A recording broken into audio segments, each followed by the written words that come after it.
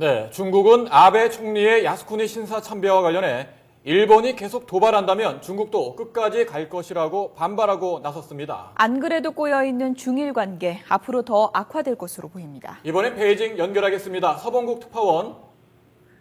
네, 베이징입니다. 중국 외교부장이 외교적 수사 범위를 벗어난 강경한 말을 했군요.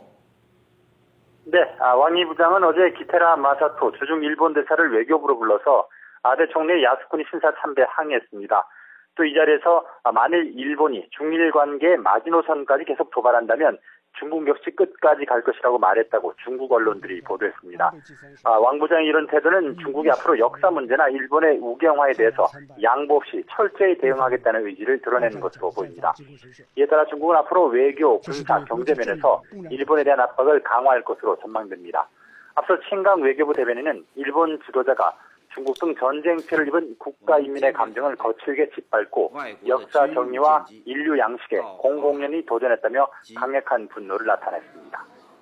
네, 이렇게 되면서 중일 관계는 더 악화될 것이라는 전망이 많이 나오고 있는데요. 반일 감정 악화까지 불러올 수 있다는 우려도 나오고 있죠.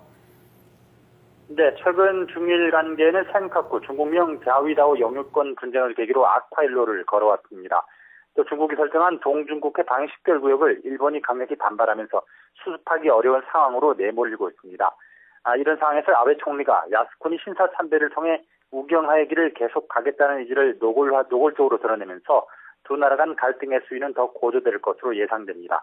실제로 상하이 주재 일본 총영사관은 공지를 통해서 중국의 반일 감정이 커질 수 있는 만큼 관할적인 상하이와 장수성 등의 일본인들에게 외출 시 안전에 주의하라고 당부했습니다. 또 일본 외무성도 주일 중국 대사에게 중국에 있는 일본인과 일본 기업들의 안전을 확보해달라고 요청했습니다. 중국 한국신문은 이와 관련해서 평론 기사에서 아베 신조 총리를 환영할 수 없는 인물로 선포해 중국 입국을 금지하자고 제의의 눈길을 끌었습니다.